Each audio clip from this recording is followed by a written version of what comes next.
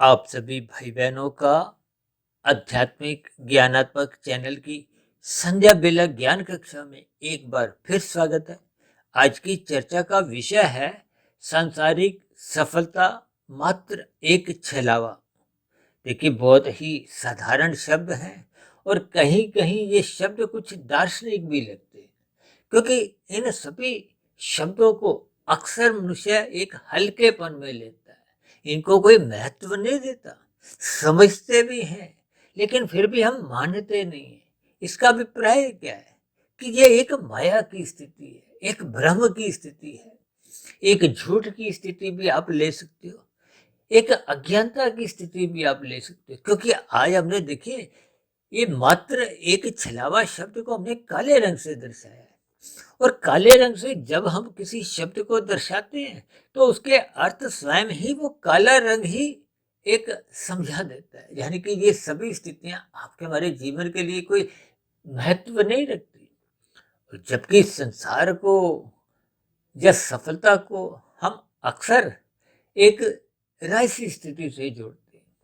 देखिए, वैसे तो हमारी चर्चाओं में अक्सर सफल और सार्थक शब्द बहुत बार बोला जाता है। देखिए, सफल शब्द का अभिप्राय भौतिक स्थितियों से होता है।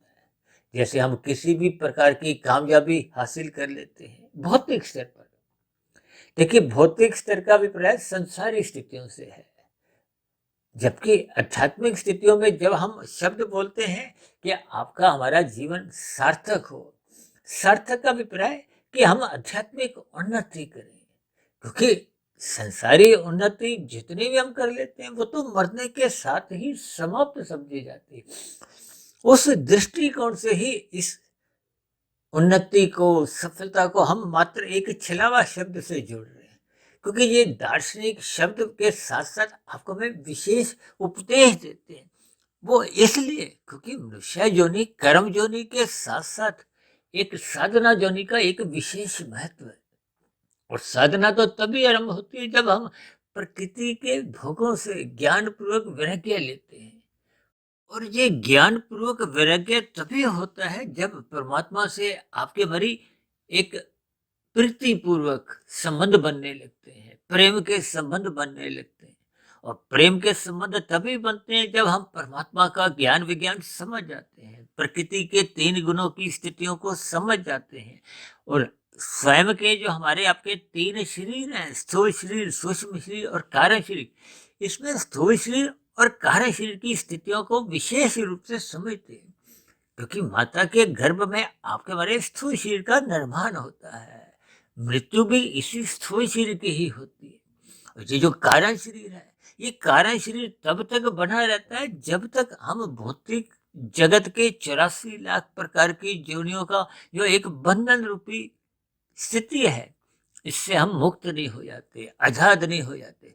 इस आजादी के लिए आपको हमें सर्वप्रथम अपने कारण शरीर को शुद्ध करना होता है। ये कारण शरीर शुद्ध करने का अभिप्राय अज्ञानता के, तामसी, राजसी जितने भी संस्कार हैं, इनको एक बुराई से जोड़ा जाता है। हालांकि प्रत्यक्ष रूप से देखिए, रजोगुण को कोई बुराई से जोड़ा नहीं जाता, तमोगुण से जोड़ा जाता है। हालांकि आज हमने देखिए कहीं भी वीडियो के चित्र में सफेद रंग तो दर्शाया ही नहीं है। ये संसारी स्थितियां तो देखिए राजसी स्थितियां हैं, भोगों से प्रेरित है। क्योंकि हम जितनी भी सफलताएं हासिल करते हैं उसके पीछे का कारण आपके मेरे 5 भोग्य विषय ही होते हैं। यदि हम गौर से इस बात को ध्यान दें कि हम अपने बच्चों को भौतिक शिक्षा के लिए जो आरंभिक जीवन के देखिए 20-25 वर्ष लगाते हैं, लाखों रुपया भी खर्चते हैं, समय भी लगाते हैं, किस लिए? भौतिक सफलता के लिए। भौतिक सफलता का अभिप्राय संसारी सुख सुविधा के साधनों को प्राप्त करने के लिए। भौतिक शिक्षा का मात्र इतना ही उद्देश्य होता है कि हम संसार के वैभव को भोग सके।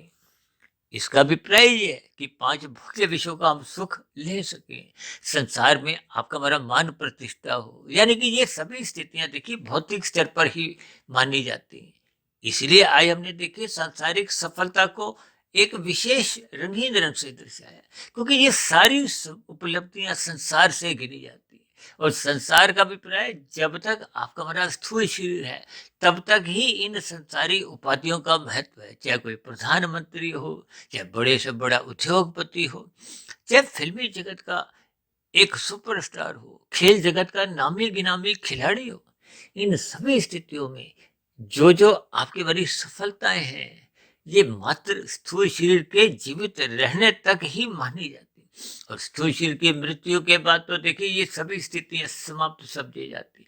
इसलिए तो हम अपनी चर्चा में बार बार कहते रहते हैं कि भौतिक उन्नति मरने के साथ ही समाप्त समझी जाती है, जबकि दूसरी ओर ये जो आध्यात्मिक उन्नति साधना रूप में है, यानी कि कारण शरीर को हम जितने अंश में शुद्ध कर लेते हैं, उतने अंश में फिर आपके भरी आत्मा पे अज्ञानता की स्थितियां, माया की स्थितियां वो समाप्त होने लगती हैं, और उतने अनुपात में आत्मा अपने मूल स्वरूप में लौट आती है। यही तो आपके भरी आध्यात्मिक उन्नति है। इस आध्यात्मिक उन्नति करने का अवसर मात्र मनुष्य योनि में ही संभव है।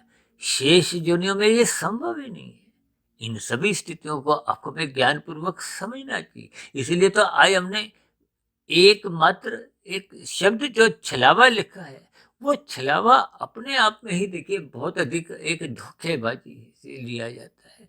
जैसे हम किसी को छल करते हैं ना, धोखा देते हैं, भ्रम की स्थितियां भी ले सकते हो, माया की स्थितियां, यानी कि इसे छलावा शब्द के बहुत ही गहरे अर्थ आप और हम समझ ही सकते हैं। लेकिन कुल मिलाकर ये छलावा शब्द कोई अच्छे दृष्टिकोण से नहीं लिया जाता।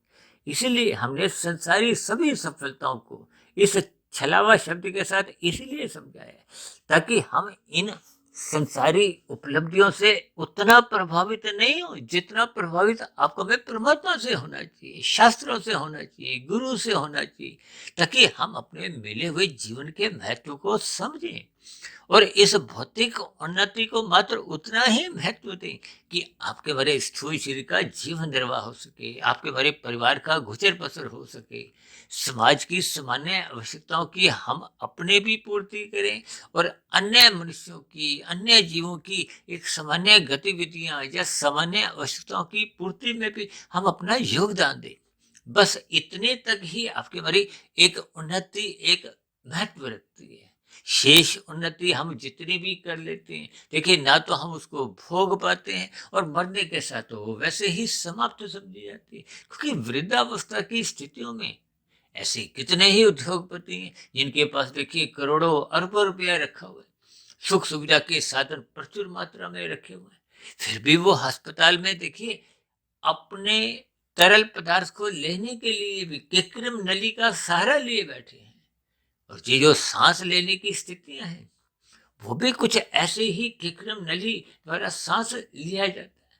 तो ये सभी स्थितियों का अभिप्राय क्या है कि भौतिक उन्नति, संसारी सफलताएं, ये तो मनुष्य के जीवन में भी कभी कभी काम नहीं आती। देखिए इनके मात्र अपने भावार्थ समझने, जबकि आध्यात्मिक उन्नति तो देखिए मरने के बाद भी सुरक्षित बनी रहती है। आपको मैं पुनः मनुष्य योनि का एक अवसर मिलता है, यानी कि पुनः आपको मनुष्य योनि का ही जन्म मिलता है, क्योंकि आपने हमने आध्यात्मिक उन्नति करना अपना जीवन का लक्ष्य बना लिया।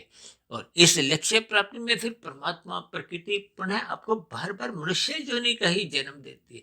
जब तक आपका लक्ष्य बना रहता है, यानी कि परमात्मा को पाने का लक्ष्य बनाने के लिए साधना योनि का ही महत्व है। इसलिए बार बार आपको भी पात्रता के अनुसार भी और इच्छा रखने के अनुसार भी आपको में बार बार मनुष्य योनि की ही उपलब्धता जन्म मिलता रहता है, ताकि हम अपनी आध्यात्मिक उन्नति में निरंतर गति बनाए रखें।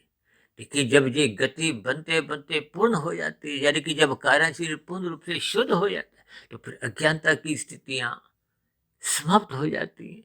तो फिर ऐसी स्थिति में आत्मा पर किसी भी प्रकार का कोई एक बंधन नहीं होता। तो फिर उस स्थिति विशेष में जैसे ही स्थूल शरीर की मृत्यु होती है, तो अब कारण शरीर में किसी भी प्रकार का कोई बंधन नहीं है, क्योंकि तमोगुण रजोगुण ही बंधनदायक स्थिति है, सतोगुण तो मुक्तिदायक स्थिति है। और सतोगुण की ही शुद्धतम स्थिति को हम अक्सर अपनी चर्चाओं में ब्रह्म मुहूर्त से जोड़ते हैं।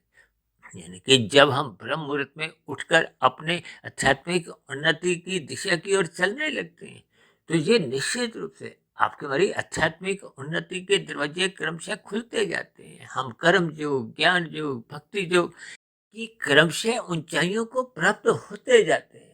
यही आपकी हमारी आध्यात्मिक उन्नति है। यही आपकी हमारी परमात्मा की नजदीकी है। और परमात्मा की नजदीकियां का अभिप्राय, परमात्मा तो देखिए आनंद स्वरूप सत्ता है। और फिर जितने अंश में आपकी हमारी आत्मा परमात्मा के सम्मुख बनी रहती है, उतने अंश में आपको में परमात्मा के आनंद की झलकें मिलती हैं। और जब ये कारण शरीर पूर्ण रूप से शुद्ध हो जाता है, तो फिर स्थूल शरीर के मरने पे आपको में आध्यात्मिक शरीर की प्राप्ति होती है। आध्यात्मिक शरीर की प्राप्ति का अभिप्राय वो मोक्ष की स्थिति है, आनंद की स्थिति है। हम लंबे समय के लिए आनंदमय जीवन बिताते हैं।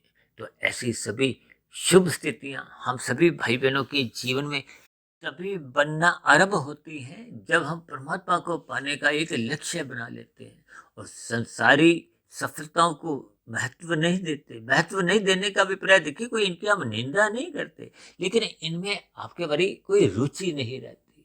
परमात्मा को पाने का जब एकमात्र लक्ष्य बन जाता है, तो भौतिक उपलब्धियां सभी की सभी गौण मानी जाती है।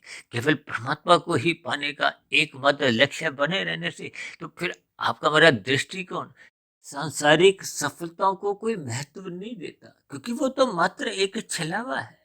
इसलिए हम सभी भाई बहनों को परमात्मा प्राप्ति का लक्ष्य अपने मिले हुए जीवन में अवश्य ही बढ़ा लेना चाहिए, जिसके लिए आरंभिक स्तर पर आपको मैं श्रद्धापूर्वक सत्संग करना अनिवार्य होता है। श्रद्धापूर्वक सत्संग करते रहने से आपकी हमारी सात्विक स्थिति मजबूत होने लगती है। और ये मजबूत स्थिति फिर गति तभी पकड़ती है जब इस श्रद्धापूर्वक किए गए सत्संग का हम ब्रह्म मुहूर्त में उठकर निरंतर एक चिंतन मनन की स्थितियां मजबूत करते हैं। ये चिंतन मनन की स्थितियां निरंतर जब बनी रहती हैं, तो फिर धीरे धीरे कार्य शरीर में शुभ संस्कार बढ़ते जाते हैं। वो बने हुए नए शुभ संस्कार पहले के बने हुए शुभ संस्कारों में मजबूती लाते हैं, और पहले के बने हुए बुरे संस्कारों में कमजोरी लाते हुए उनको दग्ध करने की दिशा की ओर कार्य करते हैं। और ये स्थितियां जब निरंतर बनती जाती हैं, तो फिर कारण शरीर क्रमशः शुद्ध होता जाता है। यही तो आपके हमारे जीवन की एक जीत है। यही आपके हमारे जीवन की एक सार्थकता है कि हम अपने मिले हुए जीवन में आध्यात्मिक उन्नति के दरवाजे क्रमशः खोलते जाए। तो ऐसी सभी शुभ स्थितियां हम सभी भाई बहनों के जीवन में भी बनना आरंभ हो। इन्हीं शुभ कामनाओं के साथ आज की चर्चा विशेष को यही विश्राम देते हैं। कल सुबह फिर मिलते हैं ब्रह्म मुहूर्त ज्ञान उपदेश कक्षा में। तब तक आप अपने आध्यात्मिक मित्र सुधीर भाटिया फकीर को इजाजत दें। आप सभी भाई बहनों को बहुत बहुत शुभ रात्रि। और सुबह ब्रह्म मुहूर्त में उठने के लिए, परमात्मा से जुड़ने के लिए मेरी ओर से बहुत बहुत शुभकामनाएं।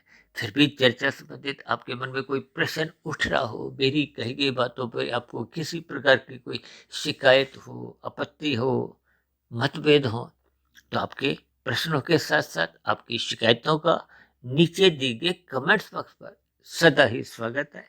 इस चर्चा विशेष को ध्यान पूर्वक सुनने के लिए आप सभी भाई बहनों का बहुत बहुत धन्यवाद।